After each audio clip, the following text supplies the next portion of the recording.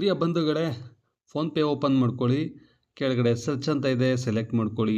ಆ ಸರ್ಚ್ನಲ್ಲಿ bike insurance ಅಂದರೆ bike ಎಂದು, ಕಾರ್ ಇನ್ಸೂರೆನ್ಸ್ ಅಂದರೆ ಕಾರ್ ಎಂದು ಟೈಪ್ ಮಾಡಿ. ಸೊ ಇನ್ಸೂರೆನ್ಸ್ ಅನದರ್ ಬೈಕ್ ಅಂತ ಇದೆ, ಸೆಲೆಕ್ಟ್ ಮಾಡ್ಕೊಳ್ಳಿ. ಅಲ್ಲಿ ನಿಮ್ಮ ಗಾಡಿ ನಂಬರನ್ನು ಹಾಕಿ. ಇಲ್ಲಿ ಕಾಂಪ್ರಿಹೆನ್ಸಿವ್ ಮತ್ತು ಥರ್ಡ್ ಪಾರ್ಟಿ ಅಂತ ಇರುತ್ತೆ. ನೀವು ಥರ್ಡ್ ಪಾರ್ಟಿ ಸೆಲೆಕ್ಟ್ ಮಾಡಿಕೊಂಡ್ರೆ ಆಪೋಸಿಟ್ ಇರ್ತಕ್ಕಂತಹ ಗಾಡಿಗೆ ಮಾತ್ರ ಕ್ಲೈಮ್ ಆಗುತ್ತೆ. ಕಾಂಪ್ರಿಹೆನ್ಸಿವ್ ಸೆಲೆಕ್ಟ್ ಮಾಡಿಕೊಂಡ್ರೆ ನಿಮಗೆ, ನಿಮ್ಮ ಗಾಡಿಗೆ ಮತ್ತು ಆಪೋಸಿಟ್ ಇರೋರಿಗೆ ಕೂಡ ಕ್ಲೈಮ್ ಆಗುತ್ತೆ. ನೆಕ್ಸ್ಟು ಡ್ಯೂರೇಷನ್ 1 ಇಯರ್ ಸೆಲೆಕ್ಟ್ ಮಾಡ್ಕೊಳ್ಳಿ. ಪರ್ಸ್ನಲ್ ಆಕ್ಸಿಡೆಂಟ್ ಕವರ್ ಇದೆ, ಅದನ್ನು ಸೆಲೆಕ್ಟ್ ಮಾಡ್ಕೊಳ್ಳಿ. ಬೇಡ ಅಂದರೆ ನೀವು ಅನ್ಸೆಲೆಕ್ಟ್ ಮಾಡ್ಬೋದು. ಒಂದೊಂದು ಕಂಪನಿಯ ಅಮೌಂಟು ಒಂದೊಂದು ರೀತಿ ಇರ್ತಕ್ಕಂಥದ್ದನ್ನು ನೀವು ಇಲ್ಲಿ ಅಬ್ಸರ್ವ್ ಮಾಡ್ಬೋದು. IDV ವ್ಯಾಲ್ಯೂ ಎಷ್ಟಿದೆ ನೋಡಿ.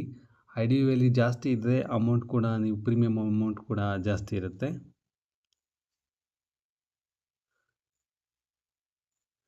ಹಳೇದು ಇನ್ಸೂರೆನ್ಸ್ ಕಾಪಿ ಇದ್ದರೆ ಅದು ಡೀಟೇಲ್ಸ್ನ ಹಾಕಿ, ಇಲ್ಲ ಅಂದರೆ ನೋ ಅಂತ ಕೊಡಿ.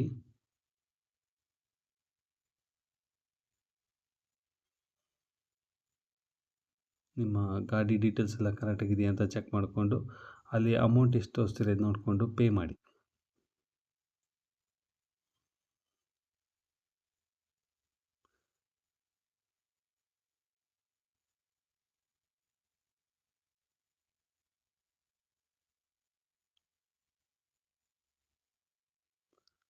ಪೇ ಆದ ನಂತರ ಪಾನ್ ಕಾರ್ಡ್ ನಂಬರ್ ಎಂಟರ್ ಮಾಡಬೇಕು. ಅದು KYC ಆಗಬೇಕಾಗಿರುತ್ತೆ.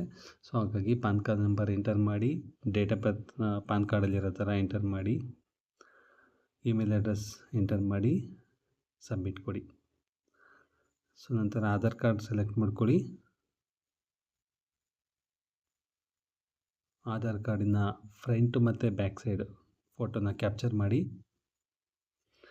ಆಧಾರ್ ಕಾರ್ಡ್ನಲ್ಲಿ ಇರತಕ್ಕಂತಹ ನೇಮ್ ಏನಿರುತ್ತೆ ಅದೇ ಥರ ನೇಮ್ ಹಾಕಿ, ಆಧಾರ್ನ ಲಾಸ್ಟ್ 4 ಡಿಜಿಟ್ ನಂಬರ್ನ ಎಂಟರ್ ಮಾಡಿ, ಕಂಪ್ಲೀಟ್ ಅಡ್ರೆಸ್ನ ಟೈಪ್ ಮಾಡಿ, ಪ್ರೋಸೆಸ್ ಮಾಡಿ.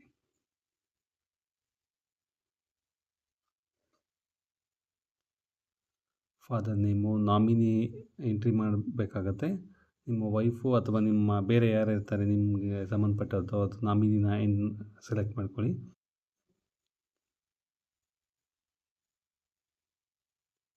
ನಾಮಿನಿ ಡೀಟೇಲ್ಸ್ ಆದಮೇಲೆ ಪ್ರೋಸೆಸ್ ಕೊಡಿ.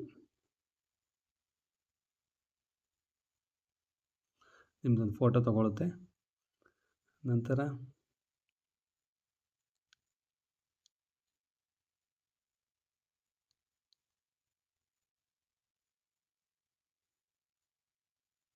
ಈ ರೀತಿ ಬಂದಿರುತ್ತೆ.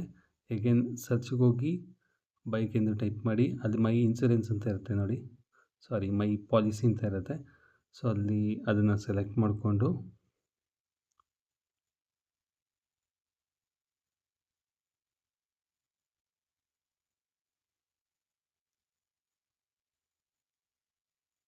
ಇಲ್ಲಿ ಡೌನ್ಲೋಡ್ ಕೊಡಿ, ಅಥವಾ ಇಮೇಲ್ ಸೆಲೆಕ್ಟ್ ಮಾಡಿಕೊಂಡ್ರೆ ನಿಮ್ಮ ಮೇಲ್ಗೆ ಅದೊಂದು PDF ಬರುತ್ತೆ.